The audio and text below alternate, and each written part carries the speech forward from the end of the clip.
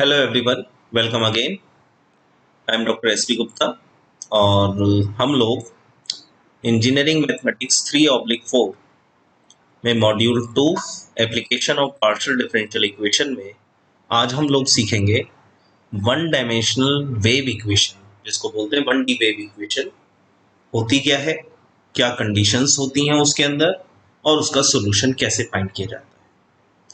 तो बहुत ही अच्छा और इम्पोर्टेंट, मोस्ट इम्पोर्टेंट टॉपिक अब शुरू हो रहे हैं। जैसा मैंने आपको लास्ट वीडियो में मैंने आपसे शेयर की थी थिंग्स को, कि मॉड्यूल में आगे जितने भी कंटेंट बचते हैं they are totally depend upon the method of separation. तो लास्ट वीडियो में हमने separation of method of separation of variables सीखा, जिसके बेस पर आपके सिलेबस में 1D wave equation, 2D wave equation, मैं नोटिंग डाउन कर देता हूं मैं, 1D वेव,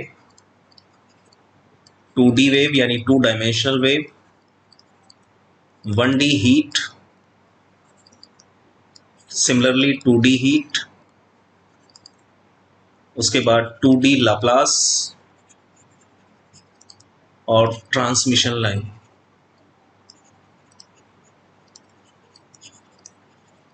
ये सिलेबस का पार्ट बन जाता है और जब आप इनको वीडियोस में देखेंगे तो ये सभी सॉल्व जो हो रही हैं ये method of separation of variable से हो रही है। तो इसलिए वो टॉपिक जो लास्ट वीडियो में मैंने कराया है ये मोस्ट इंपॉर्टेंट टॉपिक बन जाता है, जिसके बेसिस पर ये आगे के टॉपिक सिंप्लीफाइड हो रहे हैं। तो अंतर क्या है कि एक तरीके से समझ लो कि ये 1 2 3 4 5 6 ये 6 टाइप की डिफरेंशियल इक्वेशन है जो अपने अपने नाम से जानी जाती है। तो यानी 6 सवाल हो गए। इन 6 सवालों पर बेस्ड आगे का मॉड्यूल था, ये मीनिंग है कहने का। तो इसको स्टार्ट करते हैं हम। तो पहले तो ये समझ लीजिए सभी के वन डायमेंशनल वेव इक्वेशन होती क्या है। तो वो इक्वेशन की फॉर्म में, पीडीई की फॉर्म में मैंने लिखा है del 2 y upon del t square is equal to c square del 2 y upon del x square. इसको बोलते हैं 1D वेव इक्वेशन। ये तुम्हें याद होनी चाहिए, राइट। उसके बाद 1D वेव इक्वेशन में अगर आप देखें तो क्लियर दिख रहा है ये भी सेकेंड ऑर्डर में है और ये भी सेकेंड ऑर्डर में है। तो जब सेपरेबल मेथड से सोल्यूशन निकालेंगे तो 2 कांस्टेंट यहाँ आएंगे, 2 कांस्टेंट यहाँ आएंगे, यानी टोटल 4 कांस्टेंट इसमें आने। तो जब 4 कांस्टेंट इसमें आने तो देयर विल बी 4 कंडीशंस, क्योंकि 4 कंडीशन 4 कांस्टेंट की वैल्यू को निकालेंगे। ये भी क्लियर देखकर पता लग जाता है कि 2 कंडीशन तो बाउंड्री है और 2 कंडीशन इनिशियल यानी टाइम में है। यानी जो कंडीशन टाइम स्पेसिफिक है उन्हें इनिशियल कंडीशन बोला जाता है। तो 2 कांस्टेंट जब टाइम पर मिल रहे हैं, हमें टाइम स्पेसिफिकेशन पर मिल रहे हैं, तो इसका मतलब 2 इनिशियल कंडीशन प्रेजेंट है और 2 बाउंड्री कंडीशन प्रेजेंट है। तो वो भी वेव इक्वेशन में फिक्स्ड हो गई। अब वो फिक्स क्या हो गई, ये लिखने के तरीके हैं और ये एक सिंपल मेथड है समझने का। तो y equals to 0 when x equals to 0, यानी जब वेव इक्वेशन में x की वैल्यू 0 होगी तो y बराबर 0, यानी ऐसे भी लिख सकते हो y of 0t equals to 0। और स्ट्रिंग की लेंथ अगर l होगी यानी x इक्वल्स टू l तो भी y इक्वल्स टू 0, यानी y of lt equals to 0। तो दोनों पोजीशन पर y की वैल्यू 0, क्योंकि दोनों जगह ये फिक्स है, यहां से यहां तक तो कोई मूवमेंट नहीं है, इसलिए y विल बी 0, इनिशियल और फाइनल। सेम ऐसे ही 2 इनिशियल कंडीशन आई, तो इनिशियल कंडीशन में हम क्या कहते हैं, the string is made to vibrate by pulling it. अब हम इसे खींचे और खींचने के बाद छोड़ दें और पुलिंग इट करने पर कोई एक कर्व बने y equals to 4fx and then releasing it. तो इनिशियल कंडीशन जनरेट होगी। तो वो इनिशियल कंडीशन क्या जनरेट हुई कि t इक्वल्स टू 0 पर y इक्वल्स टू fx कोई फंक्शन है जिसको इन जनरल लिखा जाता है y of x 0 equals to fx, और दूसरा उसकी वेलोसिटी पर, तो वेलोसिटी होगी del y by del t। तो t इक्वल्स टू 0 पर del y over del t equals to 0, इसको जनरल फॉर्म में लिखा जाता है। तो there will be 4 conditions, 2 boundary 2 initial, जो आपको याद होनी चाहिए। तो पॉइंट रिमाइंडर में रहे, वेव इक्वेशन 1D में क्या होती है वो याद होना चाहिए। उसकी चारों कंडीशन आप इन शॉर्ट ये याद रख सकते हो चारों कंडीशन इस तरीके से, y of 0t equals to 0, y of lt equals to 0, y of x0 equals to fx and del over del t of yx0 equals to 0। ये चार कंडीशन है जो इसमें आपको अप्लाई करना है। तो अब हम बात करते हैं कि इसका सोल्यूशन, 1D वेव इक्वेशन का सोल्यूशन क्या होता है। तो जैसे सेपरेशन मेथड में सिखाया वही मेथड में इसमें अप्लाई करूंगा। मैंने लिखा we know that the wave equation, 1D wave equation ये होती है, इसको इक्वेशन 1 दे दी। अब यहाँ देखा मैंने y is a function of x and t, तो y of xt equals to capital xt be the complete solution of equation. ठीक, उसके बाद इक्वेशन 2 को डिफरेंशिएट करना है और मुझे निकालने हैं ये दो derivative, this one and this one, और ये दोनों ही सेकंड ऑर्डर में है। तो सेकंड ऑर्डर में क्या मिलेंगे, del two y upon del t square equals to x T double dash और del two y upon del x square equals to x double dash. इन दोनों को मैंने वन में पुट कर दिया तो इक्वेशन बनी ये X T double dash equals to C square x double dash T, और u के साथ u क्या है, u बराबर है एक्स टी। जब इस एक्स टी से मैंने डिवाइड कर दिया दोनों साइड में तो ये सेपरेट हो गया, dividing by x t on both side, तो t double dash upon t is equal to C square x double dash upon x, ये मुझे मिल गया। ठीक, क्लियर यहां तक। अब सेपरेशन में मैंने वहां लिखवाया था माइनस पी स्क्वायर, याद आ रहा होगा सबको, और मैंने कहा था इसको आगे मैं बताऊंगा कि क्यों हम माइनस पी स्क्वायर ले रहे हैं। तो वेव इक्वेशन से ही समझिए आप कि क्यों हम माइनस पी स्क्वायर ले रहे हैं। तो इन जनरल हमने इसको माना कोई कांस्टेंट के, अब मैं माइनस पी स्क्वायर नहीं ले रहा, अभी मैं के ले रहा हूं मैं, और फिर इसको प्रूव करेंगे कि why we take minus P square. तो हमने क्या किया, सी स्क्वायर को अपॉन में ले गए, क्योंकि कांस्टेंट है इसे अपॉन में ले जाना ठीक है। वो क्यों ठीक है कि अभी ये अपॉन में रहेगा तो क्रॉस मल्टीप्लाई करके ये न्यूमिनेटर में आ जाएगा, डिनोमिनेटर से हट जाएगा। तो कैसे, वो देखिए अब। तो जब सेपरेट कर दिया तो X double dash upon X बराबर K and 1 upon C square T double dash upon T equals to K. यहां से जब सेट ऑफ इक्वेशन बनाई तो सेट ऑफ इक्वेशन बनी X double dash minus K X equals to 0 और यहां बनी T double dash minus K C square T equals to 0। अब आप देख रहे हैं ये सी स्क्वायर अपॉन में इसलिए लिया था ताकि सी स्क्वायर न्यूमिनेटर में आ जाए, डिनोमिनेटर में ना आए, सिर्फ इसलिए ये काम किया। अब उसके बाद हम आ जाते हैं के को हम तीन कंडीशन में कन्वर्ट करते हैं जो राइट हैंड साइड वैल्यू के है, इसके तीन केस बनाते हैं। पहला केस है कि हमने के को लिया पॉजिटिव। पॉजिटिव का मतलब है हमने मान लिया K is equal to P square. अब आप कहेंगे कि आपने स्क्वायर क्यों लिया है, स्क्वायर इसलिए लिया है क्योंकि ये एम स्क्वायर है, ऑक्सिलरी इक्वेशन एम स्क्वायर आ रखी है। जब इसके आप स्क्वायर रूट निकालोगे तो वो रियल आए, अंडर रूट में ना आए। अंडर रूट में आएंगे तो वहां फिर अंडर रूट लिखेंगे आप। तो अंडर रूट से बचने के लिए, स्क्वायर रूट से बचने के लिए आपने इसको पी स्क्वायर, तो बस कंडीशन याद रखना के इज पॉजिटिव यानी के की वैल्यू पी स्क्वायर। तो मैंने इन दोनों इक्वेशन में के की जगह पी स्क्वायर डाला, ये दो इक्वेशन बन गई। इसमें auxiliary equation I M square minus P square और इसमें I M square minus P square C square. यहां से रूट्स निकले M equals to plus minus P और यहां से निकले प्लस माइनस पी सी। ये टी के लिए है और ये एक्स के लिए। इसका सी एफ निकालेंगे क्योंकि दोनों ही डिस्टिंक्ट हैं, तो c one e to the power p x plus c two e to the power minus p x. P I zero है और x equals to C F plus P I से x बराबर हो गया c one e to the power p x plus c two e to the power minus p x. Same ऐसे ही यहां पर रूट्स निकले थे पी सी प्लस माइनस में, ये भी डिस्टिंक्ट है लेकिन ये टी में है इक्वेशन, तो इसका आंसर हुआ C F equals to c three e to the power c one c two already आ चुका है, तो c three e to the power P C T plus C four E to the power minus P C t. इसमें भी right hand side zero है तो P I zero होगा, तो capital T equals to C F plus P I से मिल गया C three to the power P C T plus C four E to the power minus P C T. तो ये इस पर k is equal to P square यानी positive जब लिया है तो आंसर ये आया है x और t का। और जब x और t के आंसर को आप इक्वेशन 2 में पुट कर देंगे तो उस इक्वेशन का सोल्यूशन यानी 1D वेव इक्वेशन का सोल्यूशन आपको ये मिला, कब, जब when k is equal to p, जब आप ये ले रहे हैं। फिर आपने केस 2 बनाया, केस 2 में आपने इस बार क्या लिया, k इज नेगेटिव। और नेगेटिव में आपने इसको मान लिया माइनस पी स्क्वायर, जिसको हम वहां ले रहे थे सेपरेबल में। तो जब माइनस पी स्क्वायर लिया आपने तो माइनस पी स्क्वायर रखने पर इक्वेशन बनी ये x double dash plus p square x, और यहां बनी T double dash plus p square सी स्क्वायर टी। ऑक्सिलरी इक्वेशन यहां पर ये बनी m square plus p square, यहां पर बनी m square plus p square equals to 0। Roots निकाले, यहां पर आया प्लस माइनस आई पी, यहां पर आया plus minus I P C, दोनों ही रूट्स मिले इमेजनरी।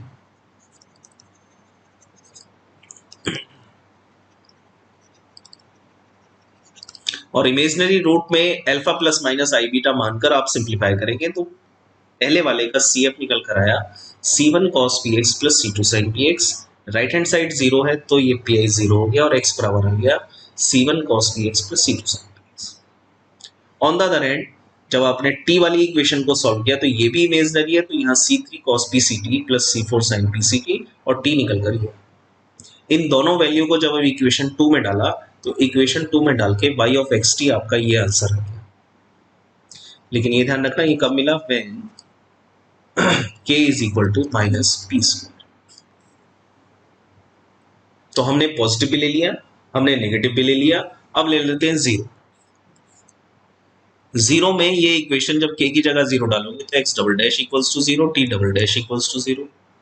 यहां से ऑक्सिलरी इक्वेशन m बराबर 0 0 आ गई, यहां पर भी m बराबर 0 0 आ गई, यानी इक्वल रूट्स। और इक्वल रूट्स पर फॉर्मेशन CF का है C1 plus C2x e to the power 0x, और pi 0 है तो x बराबर ही आ गया। सेम ऐसे ही C1 C2 आ चुके हैं, C3 प्लस C4t, यहाँ पर t है। इन दोनों को पुट कर देंगे तो ये पुट कर सोल्यूशन मिला आपको दिस। तो आप ये देख रहे हैं कि किसी इक्वेशन को तीन तरीके से, अब वो तीन तरीके क्या है, क्लासिफिकेशन पहले वीडियो ने आपको बताया, k इज ग्रेटर देन 0 तो hyperbolic, k is less than 0 यानी कि अगर b square minus 4ac greater than 0 है, पॉजिटिव है तो हाइपरबोलिक, लेस देन है तो इलिप्टिक, इक्वल टू है तो पैराबोलिक। तो जो नेचर है उस नेचर के हिसाब से जब हमने कंडीशन जनरेट की तो हमें पता लगा कि डिफरेंशियल इक्वेशन को तीन तरीके से सॉल्व किया जा सकता है, पॉजिटिव में, नेगेटिव में और इक्वल टू 0। अब इन तीन में से सॉल्यूशन तो हमें मिल गया, लेकिन कौन सा सॉल्यूशन कंसिस्टेंट है।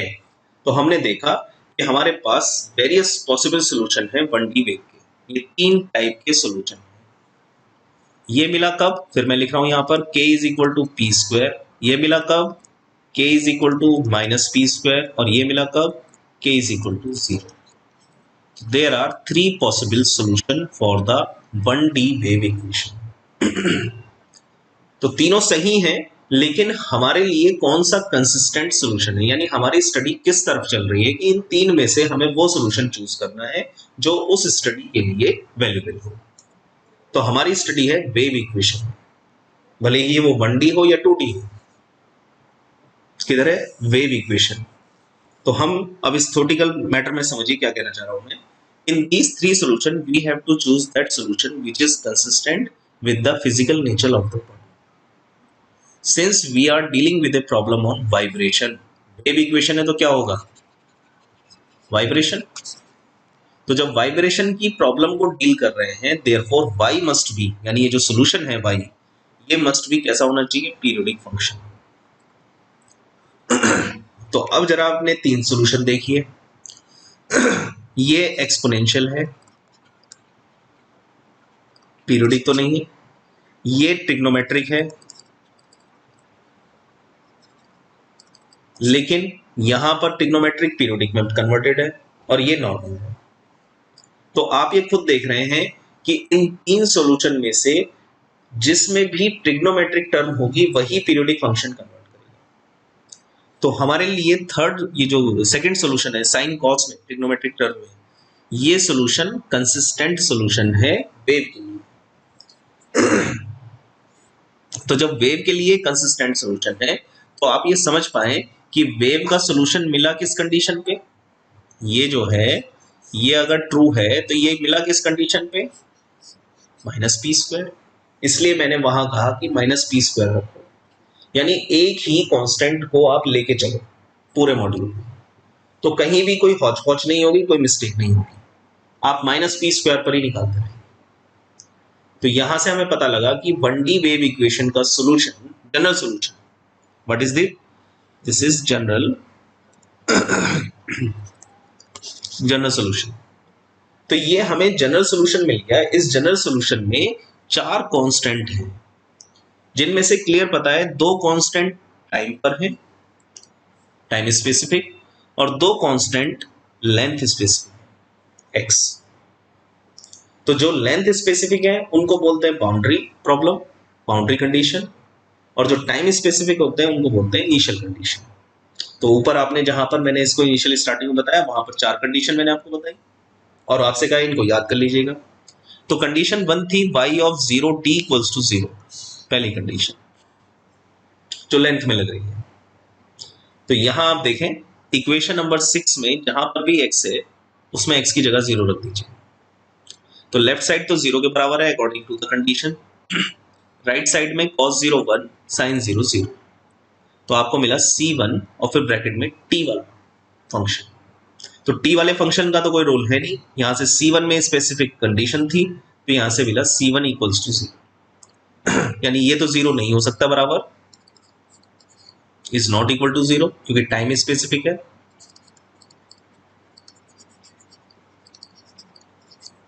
तो 0 क्या हुआ c1। अब c1 बराबर 0 जब इस 6 में डाल दोगे, इस 6 इक्वेशन में, तो ये 6 7 में रिड्यूस होगी, यानी नई इक्वेशन बनेगी। तो 6 में जब c1 बराबर 0 रखा आपने तो इट रिड्यूस टू, अब आप देखेंगे इस, ये बन गई इक्वेशन नंबर 7। पहली कंडीशन लगी, पहला कांस्टेंट निकल गया c1 0, 3 कांस्टेंट बचे और 3 ही कंडीशन बची। फिर आपने दूसरी कंडीशन अप्लाई की, दूसरी कंडीशन है y of l t equals to 0। इस बार x की जगह l रखना है और लेफ्ट साइड यानी y ऑफ एल टी बराबर 0। तो साथ में रखिए, लेफ्ट साइड 0 हो गई, यहां आ गया c2 sin pl, ये एज इट इज है क्योंकि ये टाइम स्पेसिफिक है। तो तुम्हें पता है टाइम स्पेसिफिक 0 नहीं है, यानी this one is not equal to 0, और c2 तो भाई तुम्हें निकालना है, ये भी 0 नहीं है। तो क्या बचा sin pl। तो यहां आपको मिला sin pl equals to 0। Sine में 0 वैल्यू किसकी होती है, तो वो होती है sin n पाई की। तो यहां से pl बराबर हुआ n पाई और p बराबर हुआ n पाई बाई l। तो कंडीशन 2 ने कांस्टेंट तो नहीं निकाला, क्या निकाला, value of p, another constant. इस p की वैल्यू को 7 में रखिए और ये ध्यान रखिएगा कि 2 कंडीशन खत्म हो चुकी है तो 2 कांस्टेंट ही बचने चाहिए, लेकिन अभी भी 3 दिख रहे हैं।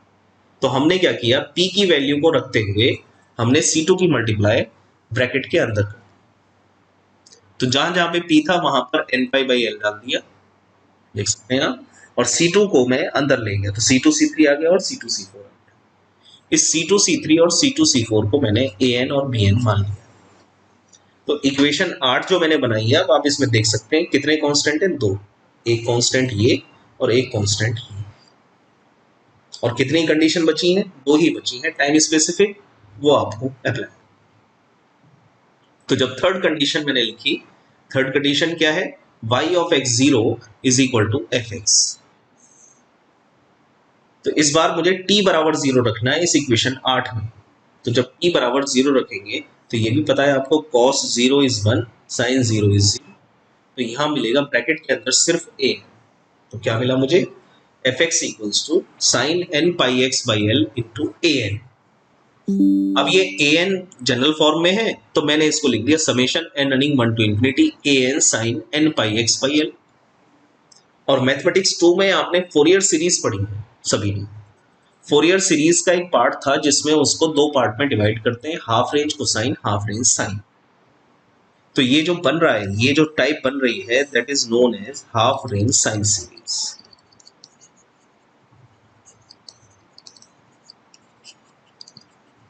अब ये जब हाफ रेंज साइन सीरीज बन रही है तो इस an को निकालने का वहां पर फॉर्मूला होता था, वो फॉर्मूला है 2 by l 0 to l f x sine n pi x by l into dx। ये मैथमेटिक्स 2 में है, maths 2 Fourier series. Fourier series में ये हाफ रेंज साइन सीरीज का फॉर्मेशन बनाए जिसमें इस कोफिशिएंट को निकालने का ये फॉर्मूला ऑलरेडी मेंशन्ड है। तो वहां से हमने ये पता करके इसकी वैल्यू को निकालनी है। तो an यहां से निकल चुका है। अब जो चौथी कंडीशन है वो चौथी कंडीशन है डेरिवेटिव टी के रेस्पेक्ट में पहले डिफरेंशिएट करो। तो हमने क्या किया, इस 8 को, ये जो 8 है, इस 8 को t के रेस्पेक्ट में डिफरेंशिएट किया। तो t के रेस्पेक्ट में ये देख लीजिए, ये डिफरेंशिएशन कॉस का हो गया माइनस साइन और फिर अंदर की वैल्यू का ये ब्रैकेट में आ गया। सिमिलरली साइन का हो गया कॉस, अंदर की वैल्यू का ये ब्रैकेट में आ गया। और इस 9 में हमने ये फोर्थ कंडीशन को अप्लाई। जब इस फोर्थ कंडीशन को हमने इसमें अप्लाई किया तो t की जगह तो 0 रखना ही है। तो जब t की जगह 0 रखोगे तो साइन 0 0, इस बार ये 0 हो गया और cos 0 1, तो तुम्हारे पास बचेगा bn n पाई c बन गया ब्रैकेट के। अब ये तो हमें पता है कि भाई ये तो कांस्टेंट है, इनकी तो वैल्यू होगी, इसकी निकालनी है। तो ये तो 0 नहीं हो सकते, this one is not equal to 0, ये भी 0 नहीं हो सकता क्योंकि ये x के लिए है। ब्रैकेट के अंदर बचा सिर्फ bn, तो bn इज इक्वल टू 0। अब इस bn की वैल्यू को इक्वेशन 8 में, इसमें जब आप 0 पुट कर देंगे, ये इक्वेशन 8 जो रिड्यूस होके बचेगी वो आपके पास बची इसमें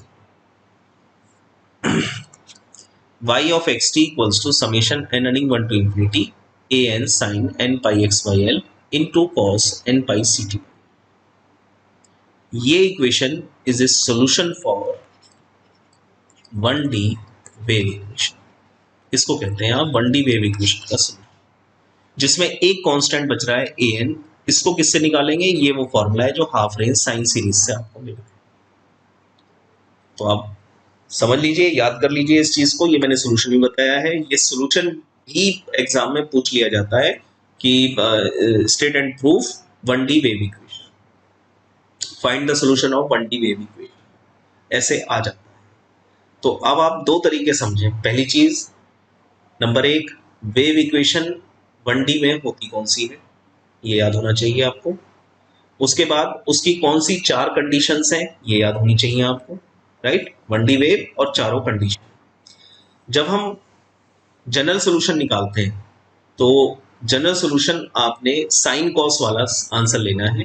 तो इट मींस आपको ये याद होना चाहिए, नंबर 6, ये जनरल सॉल्यूशन आपको लर्न होनी चाहिए कि 1D वेव का जनरल सॉल्यूशन ये होता है।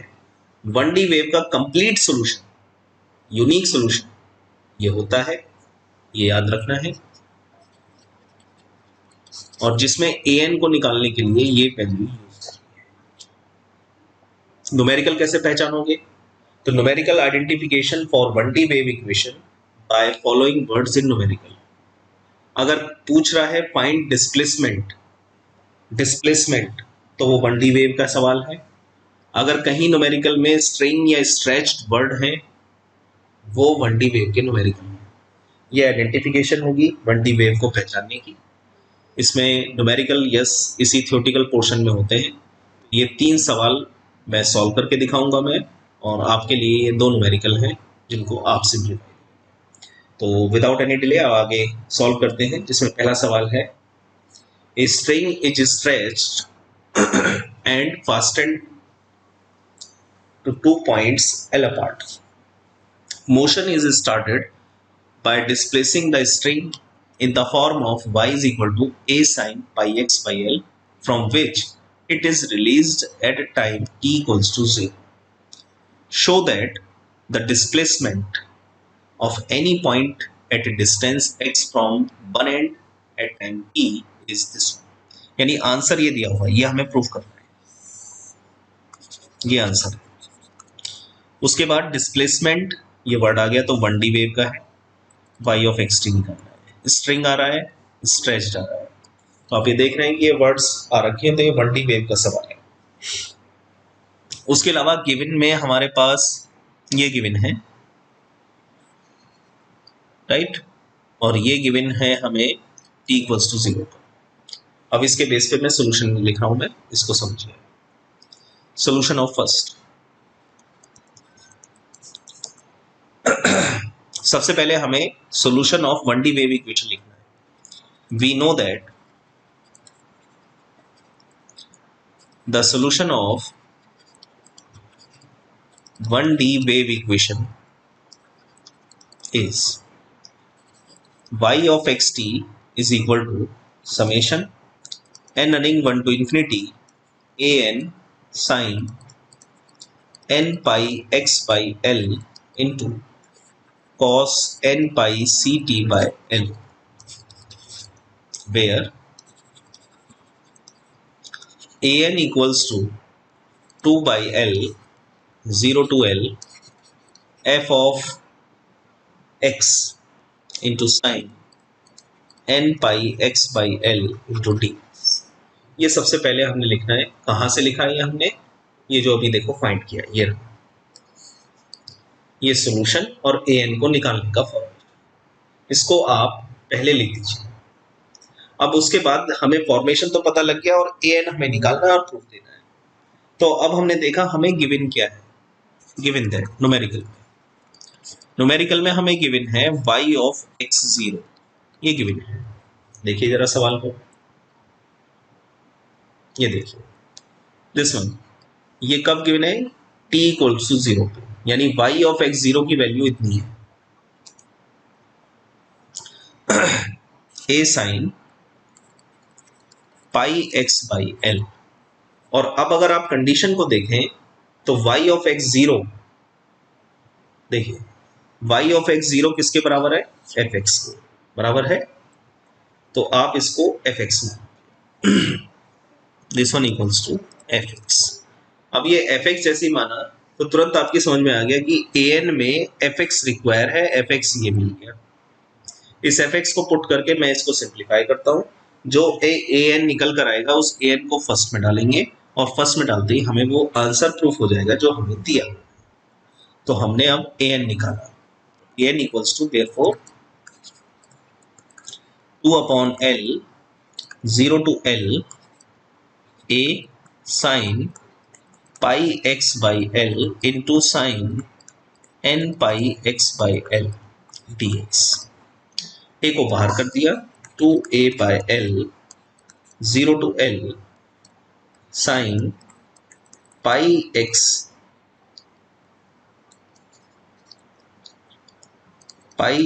By l into sine n pi x by l into dx। अब ये हमें पता है कि ये n, यहाँ जो n दिख रहा है, ये n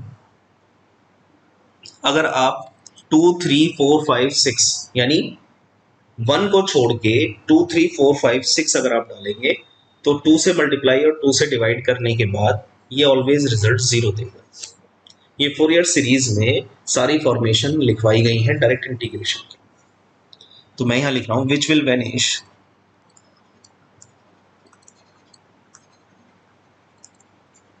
for all values of n except n is equal to 1 को छोड़ के बाकी सब टेस 0 आ जाएगा इंटीग्रल। तो जब n बराबर 1 पुट किया इसमें तो लेफ्ट में मिला a1, राइट में आया 2a by l 0 to l, ये हो गया sign square pi x by l into dx। ठीक, अब इसको cos 2x में कन्वर्ट किया तो ये मिला 2a by l 0 to l 1 minus cos 2 pi x by l upon 2 into dx। 2 से ये 2 कैंसिल, a बाय l 1 का integral with respect to x, x cos का integral sine 2 pi x by l into value का किया integration को upon में चला जाएगा 2 पाई बाई l। ठीक, इस पर लिमिट 0 टू पहले एक बार देख लीजिए, 0 जब यहाँ रखेंगे तो 0, यहाँ रखेंगे साइन 0 0, अपर लिमिट यहाँ रखेंगे वैल्यू, यहाँ रखेंगे l से l कैंसिल साइन 2 पाई। तो कहने का मतलब ये मिला a upon l into l से l कैंसिल, ये बचा तो a1 की वैल्यू आ गई E। उसके बाद आप जब इस वैल्यू को पुट करेंगे, putting these values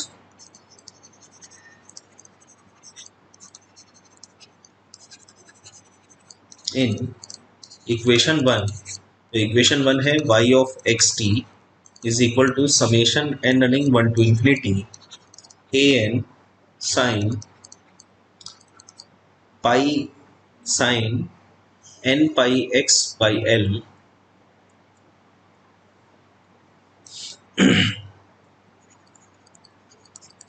into cos n pi c t by l। इसमें आपने इस समेशन को ओपन किया, तो 1 के लिए करना है, रेस्ट अदर्स आर 0, तो ये आया a1 sine pi x by l into cos pi c t by l. a1 की वैल्यू निकल कर आई है a sine pi x by l cos pi c t by l. तो ये इसका आंसर हम प्रूफ करते हैं। तो सवाल का सोल्यूशन आप देख रहे हैं कैसे सॉल्व हो रहा है, यानी हम न्यूमेरिकल से ये निकाले कि हमें क्या गिवन है, उस गिवन को हम सॉल्यूशन में फाइंड करें और फाइंड करने के बाद पुट करके सिंप्लीफाई करें। दूसरा सवाल देखें आप, a tightly stretched flexible string has its end fix point x equals to 0 and x equals to n, यानी ये तो बाउंड्री कंडीशन सेम है। At time t equals to 0, the string is the shape defined by fx equals to this one, and constant then released. Find displacement. Displacement निकालना है of any point of x of the string using this. तो फिर भाई जैसे अभी आपने पिछला सवाल किया है, इस बार फंक्शन कुछ और आपको दे दिया है, उसका आंसर आपको मिल रहा है। ठीक,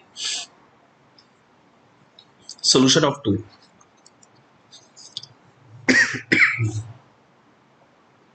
तो सोल्यूशन ऑफ 2 में फिर वही लिखे आप, we know that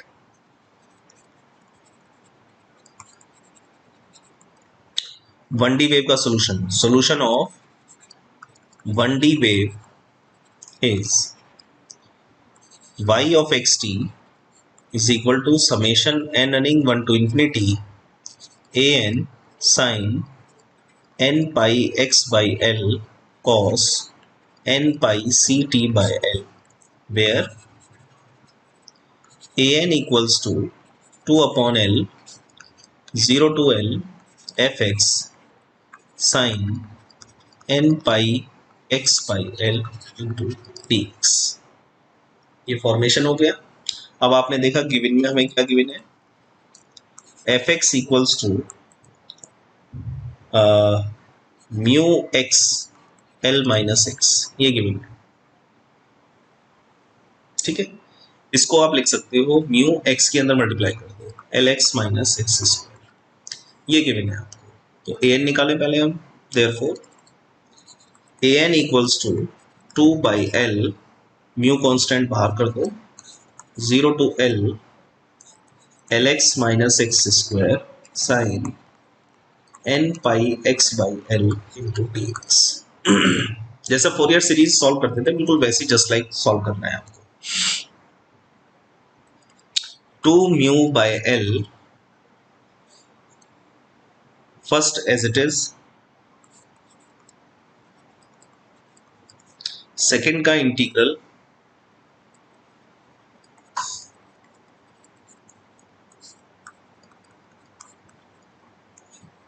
minus first का डिफरेंशिएशन, सेकेंड का अगेन इंटीग्रल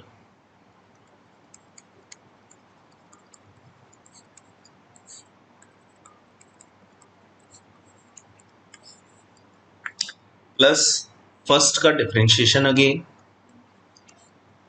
और सेकेंड का अगेन इंटीग्रल।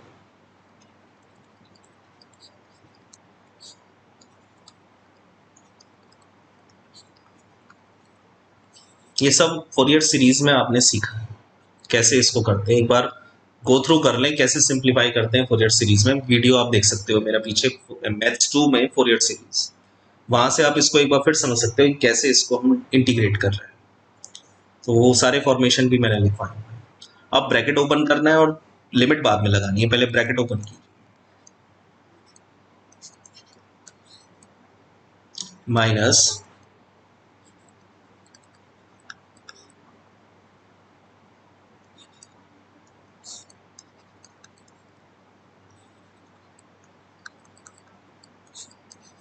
ठीक, अगली टर्म लेके जाएंगे माइनस माइनस प्लस,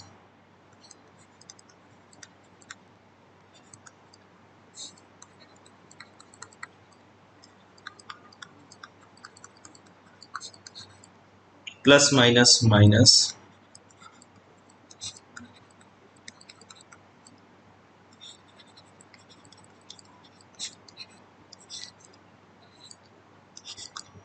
ठीक। अब लगाने से पहले देख लो किस पर क्या वैल्यू मिल रही। जब आप एल अपर लिमिट यहां रखेंगे तो L square minus L square zero, ये सारा जीरो। जब आप एल यहां रखेंगे तो यहां तो जीरो नहीं बना, लेकिन साइन एन पाई जीरो होता है। और जब आप एल यहां रखेंगे तो यहां कॉस एन पाई वैल्यू, तो कहने मतलब अपर लिमिट में यहां वैल्यू।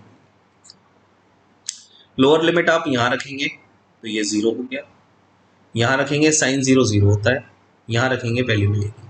तो चाहे अपर हो चाहे लोअर हो, तुम्हें केवल यही रिजल्ट देगा। ये बाय इंस्पेक्शन देखने के बाद उसके हिसाब से लिख दीजिए।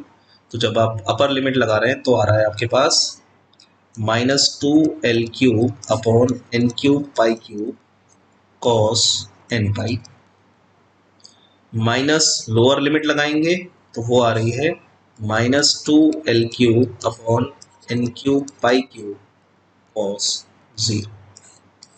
ये लो, अब ब्रैकेट ओपन करो, जो कॉमन है उसको कॉमन निकाल दो, तो माइनस माइनस ये प्लस हो गया और 2l³ अपॉन ये कॉमन है, तो 2 mu bye l into 2l³ upon n³ pi cube, ये कॉमन, पहले इसको लिख दो cos 0 1 माइनस इसको लिख दो cos n पाई -1 की पावर। कुछ कटता है काटो, तो ये मिला 4 mu l square upon n³ pi cube 1 -1 की पावर है, ठीक। और ये वैल्यू भी सिंप्लीफाइड है, जीरो आएगी व्हेन n इज इवन। आप इवन डाल दो इसमें, 246 n की जगह 246 डालोगे ये प्लस हो जाएगी और 1 -1 जीरो आ जाएगा। और ऑड वैल्यूज डालोगे तो आंसर आएगा ये माइनस ही रहेगा, ये +2 हो जाएगा, यानी 8 mu l square upon n³ pi cube when n is odd. तो इस तरह की वैल्यू को आप इसमें कन्वर्ट भी कर सकते हो। फाइनल आंसर हो गया from first y of xt is equal to summation n running 1 3 5, odd values ली मैंने सिर्फ, an की जगह आ गया 8 mu l square upon n³ pi cube, उसके बाद है sine n pi x pi l into cos n pi ct l। ये हो गया इसका आंसर। तो एक सवाल तो वो था जो पहले वाला आपने देखा, प्रोसेस वही था लेकिन वो तुरंत सॉल्व हो गया। एक सवाल ये आया कि इसमें आपने फर्स्ट सेकंड अप्लाई करना पड़ा, इंटीग्रेशन बाय पार्ट, उससे सॉल्व किया। तो सॉल्व करने का तरीके में आप देख रहे होंगे, न्यूमेरिकल में सबसे पहले आपको फॉर्मूला याद होना चाहिए, और ये तब है जब आपको सीधा एफ(x) दिया गया है। लेकिन तीसरा सवाल ऐसा नहीं है। थर्ड न्यूमेरिकल को देखो आप लोग, थर्ड न्यूमेरिकल में ऐसा गिवन ही नहीं है। थर्ड न्यूमेरिकल में कहा if the string of length L is initially at rest in equilibrium position and each of its point is given the velocity, यहाँ velocity given और पूछ रहा है डिस्प्लेसमेंट। तो यहाँ पे चेंजेस क्या है, वो चेंजेस को अगर आप समझें तो कंडीशन को मैं पहले लिखूंगा मैं इस न्यूमेरिकल में, आंसर नंबर 3, केयरफुली समझें इसको। ये सेकेंड टाइप ऑफ न्यूमेरिकल है, इसके अंदर गिवन कंडीशंस हैं इस न्यूमेरिकल में। हमें पहली कंडीशन तो वही सेम है, दूसरी कंडीशन भी वही सेम है, इक्विलिब्रियम पोजीशन है और उसी जगह फिक्स्ड है। तीसरी कंडीशन जो होती है y ऑफ x0, ये इसने कहा है इनिशियली एट रेस्ट। और जो चेंजेस हुए हैं फंक्शन में वो हुए हैं उसकी वेलोसिटी पर। यहां पर चेंज हुआ है और यहां पर फंक्शन दिया है साइन क्यू पाई एक्स एल, यहां पर। तो आप ये देख रहे हैं कि ये जिस तरीके से सवाल दिया गया है उस तरीके से सॉल्यूशन नहीं है हमारे पास। हमारे पास सॉल्यूशन कैसे दिया गया है, जो हमने निकाला है वो कैसे दिया है एक बार याद दिला दें तुम्हें। गिवन सॉल्यूशन हमें किस कंडीशन पर बेस्ड है, y of 0t equals to 0, y of lt equals to 0, y of x0 equals to fx और del y upon del t at x0 equals to 0। हमारे पास सॉल्यूशन इन चार पर based है। तो अंतर देख लो, यानी इस सवाल में मैं सॉल्यूशन को डायरेक्टली यूज नहीं कर सकता। क्यों नहीं यूज कर सकता वो क्लियर मैंने आपको भी समझा दिया कि कंडीशन चेंज। तो जहां से कंडीशन हम लगाते हैं अगर हम सवाल को वहां से पिक करें तो हम इसको सॉल्व कर सकते हैं। मीनिंग देयर बाय हम यहां पर उस जनरल सॉल्यूशन को लें, तो वो कौन सा है उसको लिख रहा हूं मैं। The general solution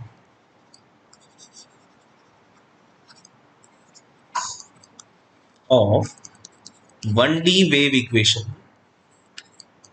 is y of xt is equal to c1 cos px plus c2 sin px c3 cos pct plus c4 sin। भाई हमने ये चार कंडीशन इसी में तो लगाई थी, तो ये चार कंडीशन पर जो हमने सॉल्यूशन निकाला वो जनरल सॉल्यूशन से पर्टिकुलर सॉल्यूशन बना वेव का। लेकिन अगर किसी सवाल में कंडीशन चेंज हो जाए तो फिर हम इस पर बेस्ड सॉल्यूशन यूज नहीं करेंगे, फिर हम जनरल सॉल्यूशन से इन चार कंडीशन को लगाकर नया सॉल्यूशन बनाएंगे। ठीक, तो अब कंडीशन 1 2 तो सेम वही है। तो condition 1 y of 0t equals to 0 ये आपको देती है c1 इक्वल्स टू 0। अब मैं थोड़ा सा डायरेक्ट इसलिए चल रहा हूं ताकि आपको याद है सब। तो y ऑफ xt मिला था इसमें, c1 0 मिला था, तो sin px c2 sin px c3 cos pct plus c4 sin pct। उसके बाद कंडीशन 2 लगाई आपने, वो भी सेम वही है।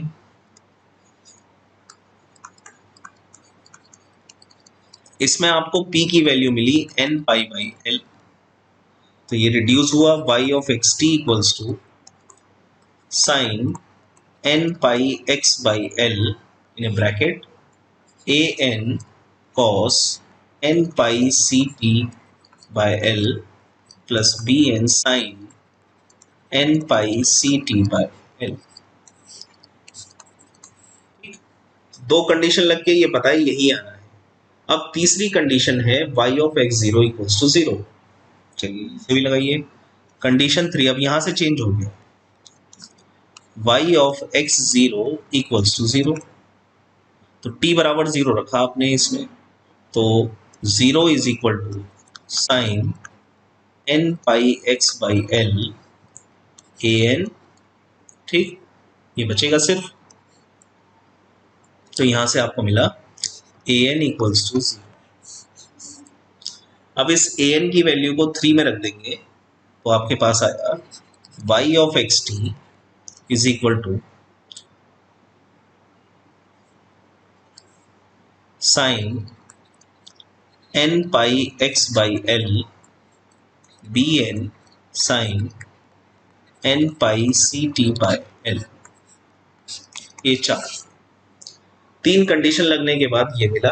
चौथी कंडीशन तब लगेगी जब आप इसको डिफरेंशिएट करोगे।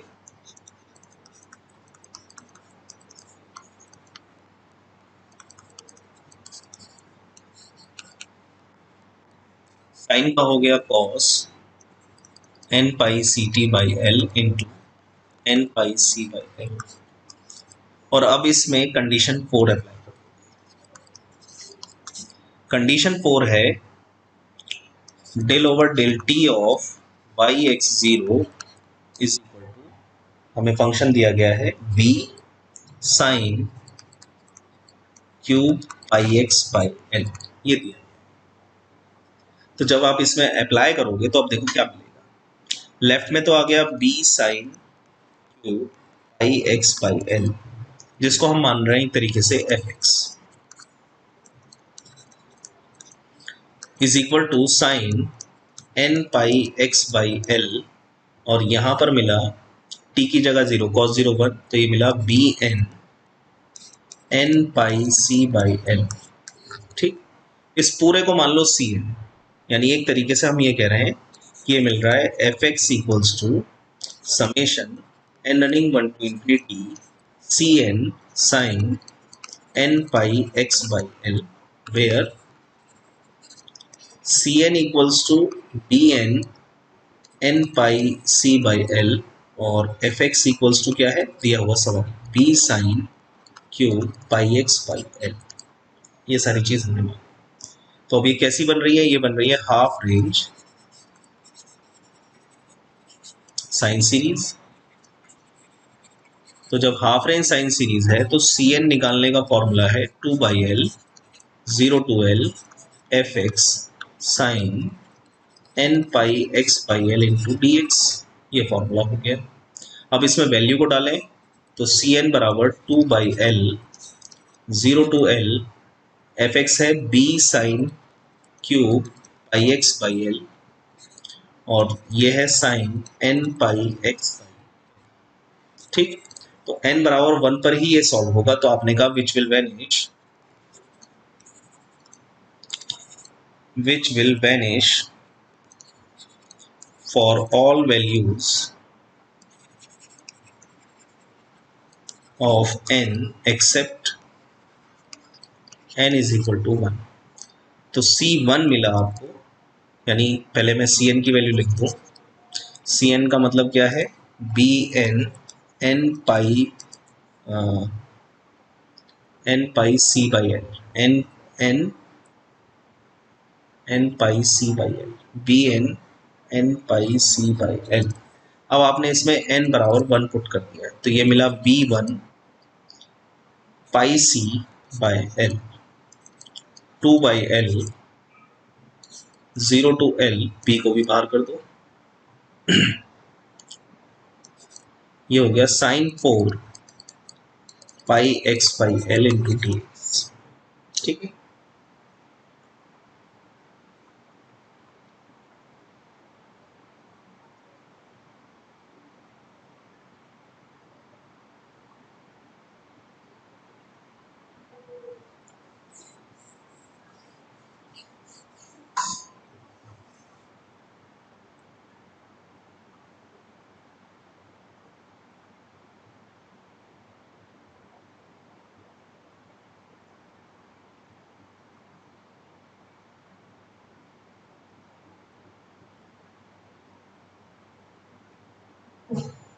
इसको सिंप्लीफाई कर लीजिए आप, इसका आंसर निकल आएगा। Do yourself.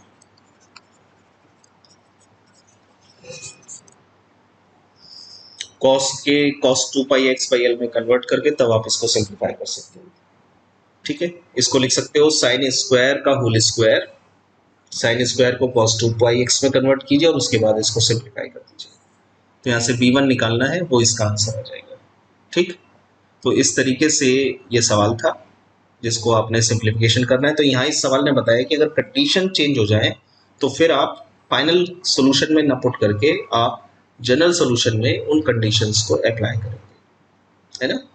तो अगर क्लियर है सब कर लेंगे इसको। यहाँ से करना क्या है, फिर एक बार समझ लो। 2b by l 0 to l, इसको लिख दिया sine square pi x by l का होल स्क्वायर, फिर इसको cos 2 में कन्वर्ट कर लिया, 1 माइनस 2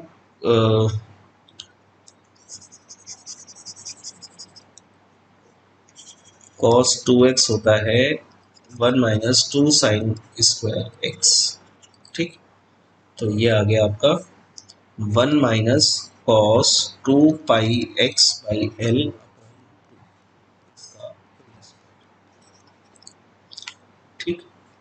तो 1/4 बाहर, 2b/l इंटू 1/4, इसका होल स्क्वायर खोलेंगे तो 1 प्लस कॉस स्क्वायर 2πx/l और माइनस 2 कॉस 2πx/l। ठीक, इसको भी चेंज करो, 2b/l into 1/4, 0 to l, 1 plus, इसको लिख सकते हो इस बार 2 square 1 plus cos 4πx/l upon 2 minus 2 cos 2πx/l D. अब तो हो सकता है सिंप्लीफाई, तो ये आ गया b/2l 0 to l 1 प्लस 1/2 यानी 3/2 plus 1/2 of cos 4πx/l minus 2 cos 2πx। अब तो हो जाएगा सिंप्लीफाई, इसका आ गया b/2l 3/2 of l plus half sine 4πx/l upon 4π/l minus 2 sine 2πx/l upon 2π/l 0 to। तो साइन वाले सारे 0 पे 0 होंगे और उस पर भी 0 होंगे, तो ये बचेगा सिर्फ आपका ये x आएगा, तो ये आएगा आपका b/2l इंटू 3l/, तो ये बचा 3b/, तो b1 की वैल्यू आई 3b/5। b1 के साथ क्या है, सॉरी b1 के साथ है πc/l, तो b1 πc/l की वैल्यू है 3b/4, तो b1 निकल कर आ गया, इसको डिवाइड कर देंगे तो ये आ गया 3bl अपॉन 4πc। तो अब इस b1 को उठाइए आप, और b1 को उठाकर आपको पुट कर देना है इस, ये यानी पहले इसको आप लिखेंगे y of xt equals to summation n running 1 to infinity bn sin n pi x/l into sin n pi ct/l, और इसमें पुट करेंगे b बराबर 1। y of xt हो गया summation n running 1 to infinity, ये तो हट गया, b1 sin πx/l into sine pi ct/l, और b1 की वैल्यू जो आपने अभी निकाली 3bl अपॉन 4πc।